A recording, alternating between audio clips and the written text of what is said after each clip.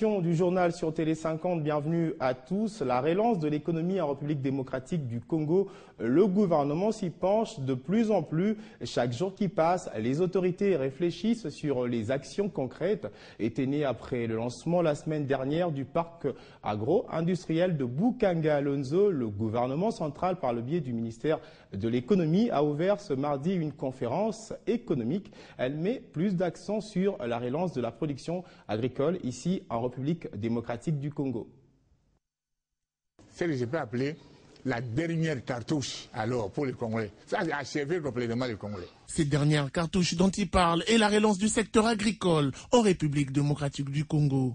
La population doit manger bien. Et voici la voie que Kabila a fait. Il a commencé par les routes. Kabila peut faire ces histoires à démocratie. S'il n'y a pas de route, vous n'aurez pas de pommes ici. Vous n'aurez pas de pommes de terre. Vous n'aurez même pas de patates douces, vous n'aurez pas de riz ni de maïs. Le signal fort était donné à Bukanga-Lonzo par le lancement des activités du parc agro-industriel par le chef de l'État, Joseph Kabila Kabonge. Ce que j'ai vu à Bukanga-Lonzo, c'est ça qui marquait. Je vous ai dit à plusieurs reprises que c'est le ventre. Moi, quand j'ai dit le ventre, c'est à manger. L'économie et l'agriculture doivent décoller ensemble et le développement rural suivre. Le gouvernement y tient fermement, d'où l'essence de cette conférence économique 2014 portant notamment sur la lutte contre la fraude aux frontières et l'élaboration de la cartographie de centres à excédent de production. Il y a lieu d'épingler quelques projets phares. Le projet Kitoko Food, initié par la Fondation Gettler à Kinshasa, dont la production industrielle des légumes a déjà commencé. Le projet Congo Al dans le Bas-Congo pour relancer la production de l'huile de palme. L'exposition à chaque édition de la FICIN des produits finis issus de la transformation des produits agricoles par les entreprises privées encadrées par la COPEMECO. Pendant 2 jours, les experts vont devoir réfléchir et en tirer des conclusions, surtout au profit de la RDC. Allez, on va prendre la direction des provinces. On commence avec le Kasaï oriental où le secrétaire fédéral de l'UDPS, Bruno Kabangu, est condamné à 20 mois de prison plus le paiement d'une amende de 500 000 francs congolais. Ajouté à cela d'autres frais d'instance. Ainsi, on a décidé, le tribunal de grande instance de Mbuji-Mayi, dans son verdict prononcé ce lundi lors de son procès en appel. Il est poursuivi pour outrage au chef de l'État et de propagation de faux témoignage. Pierre-Serge Ntumba pour plus de précisions. Le verdict du procès en appel du secrétaire fédéral de l'Union pour la démocratie et le progrès social UDPS Mbuji-Mayi a été rendu le lundi 21 juillet 2014. Bruno Kabangu-Kabati a vu sa peine alourdie. Le deuxième juge l'a condamné à 20 mois de prison ferme au lieu de 12 mois de servitude pénale auquel il a été condamné par le premier juge. Ce n'est pas tout. Bruno Kabangu doit aussi payer 500 000 francs congolais d'amende ainsi que d'autres frais d'instance. Pour son avocat, le verdict rendu n'est pas convenable. Maître Mukendi projette d'amener le dossier à la cassation. En rappel, Bruno Kabangu a été appréhendé par les services de sécurité du Kasaï oriental. C'était en décembre dernier, au sortir d'une émission de débat à la radio-télévision Fraternité RTF, une chaîne du diocèse de Mbuji-Mayi. Il est poursuivi pour outrage au président de la République et propagation de faux bruits. Il avait été transféré d'abord dans la capitale Kinshasa, où il a passé quelques mois à la prison de Matala avant de retourner à Mbuji-Mayi au mois de juin dernier. Pierre-Serge Ntumba, Mbuji-Mayi, Télé 50. En province orientale, précisément à Bunia, la communauté Lendu demande le départ de l'administrateur du territoire de Djungu. Il lui est reproché de mégestion à la chose publique et le manque de prise en compte des revendications des habitants. Des précisions avec Trésor Mouyumba.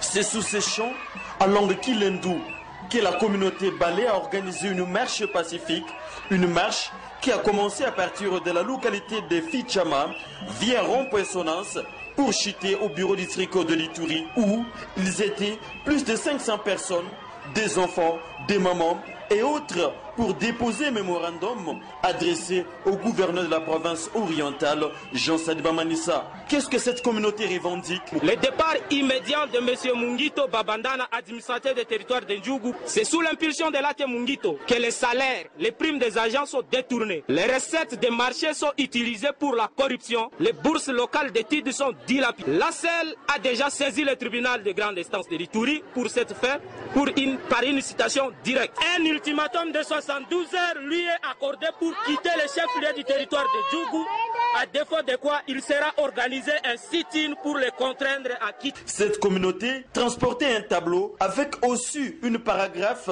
de mention, je cite, notre chef Arsène Boura Bangavi reprend son bâton de commande dès maintenant. Toute la journée, la rédaction n'a pas réussi à joindre l'administrateur du territoire de Ndjougou. Ces derniers, par des sources généralement informées, du qu'il n'a pas été informé par rapport à ces mémorandums et attend recevoir sa copie. Un dossier à suivre. Ils sont près de 145 000 Congolais à être reçus par la République démocratique du Congo après l'opération lancée le 4 avril dernier par la police de la République du Congo. Quelques-uns sont retournés dans leur province d'origine, d'autres sont en voie de le faire. La réintégration se fait donc progressivement et après cette vague, le gouvernement de la République a décidé de fermer le site de Maluku ici à Kinshasa. Le verrouillage pourrait intervenir la semaine prochaine. Ils devraient tous rentrer dans leur province la semaine prochaine. Après plusieurs vagues de rapatriement, lundi 21 juillet 2014, c'était le tour des expulsés originaires de l'Équateur et de la province orientale qui attendaient leur embarquement au port de la Société congolaise des transports et des ports, ex-ONATRA. Mais avant le départ, les services appropriés du ministère des Affaires sociales ont contrôlé le navire qui devait ramener ces expulsés, question de s'assurer que toutes les conditions de voyage et de sécurité étaient réunies. Et pour accompagner l'événement, le ministère des Affaires sociales a remis à chacun des retournés un colis de vivres ainsi qu'une enveloppe constituée de francs congolais pour faciliter leur réintégration. Le même jour, le ministère s'est également chargé des expulsés de la province du Katanga, du Nord Kivu, du Sud Kivu ainsi que ceux du Maniema. Pour leur retour, des billets d'avion ont été achetés. L'opération se fait volontairement à travers le pays et les expulsés qui ont décidé de rester à Kinshasa ont été conduits à leur domicile dans des bus mobilisés dans ce cadre. La semaine prochaine, sans doute, le site de Maluku sera vidé et pourra enfin être fermé après avoir rendu de loyaux services à ses ressortissants chassés de Brazzaville pour la plupart. Il se compte à près de 145 000 Congolais qui ont quitté Brazzaville pour Kinshasa. Au Bas-Congo, ils étaient environ 13 500 à être expulsés de Pointe-Noire. Le ministère des Affaires sociales avait notamment plaidé pour que ces expulsions se fassent dans le respect des droits de l'homme. Dans l'actualité également, sachez que Washington abritera du 4 au 6 août prochain, sauf modification de dernière minute, le sommet Amérique-Afrique sous le thème général « Investir dans la prochaine génération ». Durant 3 jours, donc, le président américain Barack Obama sera en face d'une cinquantaine de chefs d'État et de gouvernements africains, notamment celui de la République démocratique du Congo, Joseph Kabila Kabange. Je ne vois pas les pays et les peuples d'Afrique comme un monde à part. Je vois l'Afrique comme une partie fondamentale de notre monde interconnecté, les partenaires avec l'Amérique au nom de l'avenir que nous souhaitons pour tous nos enfants. Ce partenariat doit se fonder sur la responsabilité mutuelle et le respect mutuel. C'est ce qu'a fait savoir le président américain.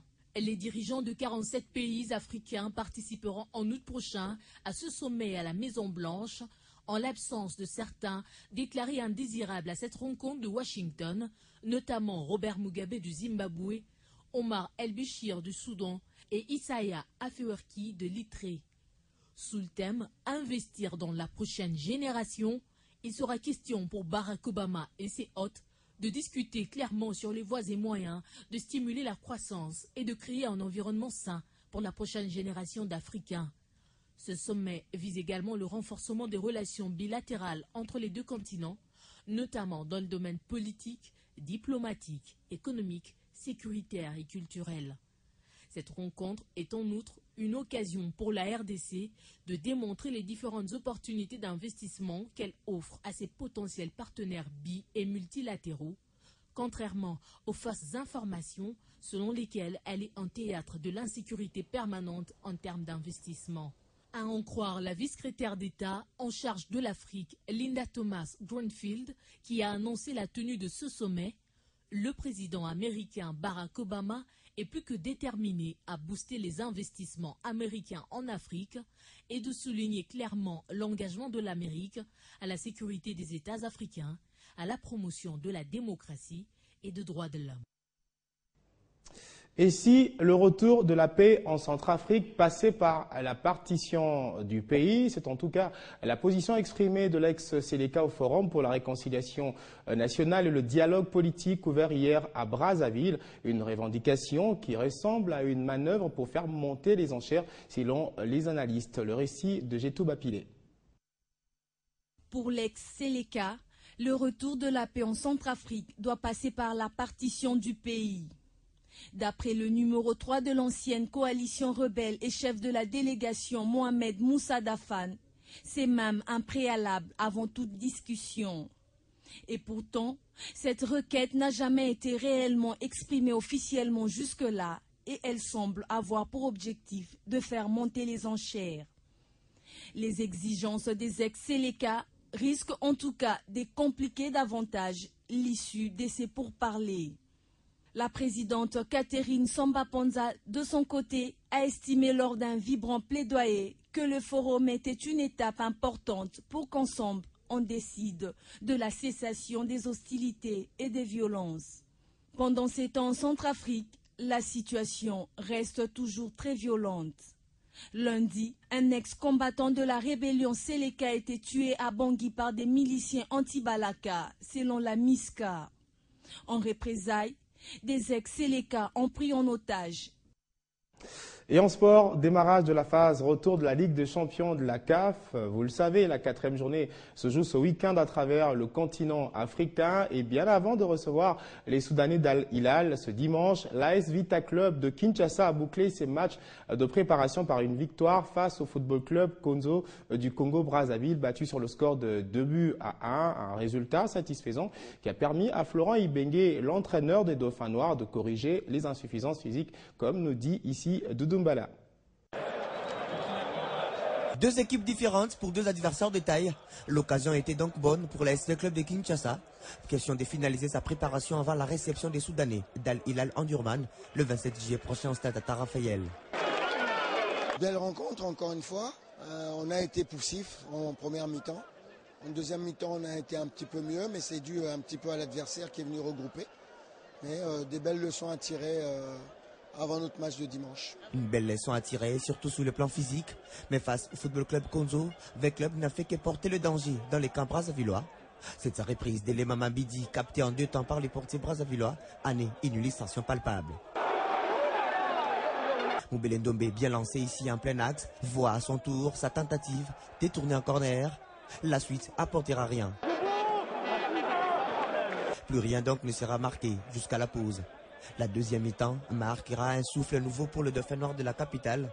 Un temps choisi également par Luvumbu pour s'illustrer en vrai buteur. La 49e minute, l'enfant terrible transfige du Sporting Club Rojolou trouvera la faille. 1-0 débute alors la vraie domination moscovite. Une sortie manquée du portier congolais ici se termine en deuxième opportunité chez le Vert et Noir. Et le Vumbunzinga en profite pour signer son doublé 2-0.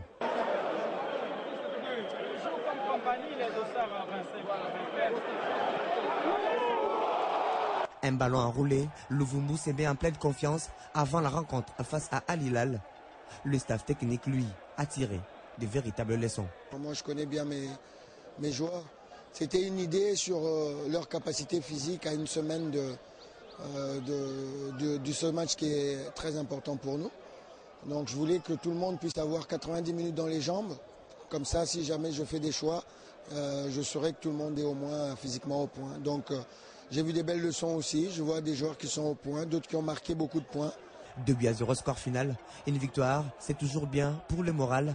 En jouant ces matchs, le club croit corriger toutes les insuffisances physiques. Voilà qui met fin à ce journal. On se retrouve très vite pour la revue de presse.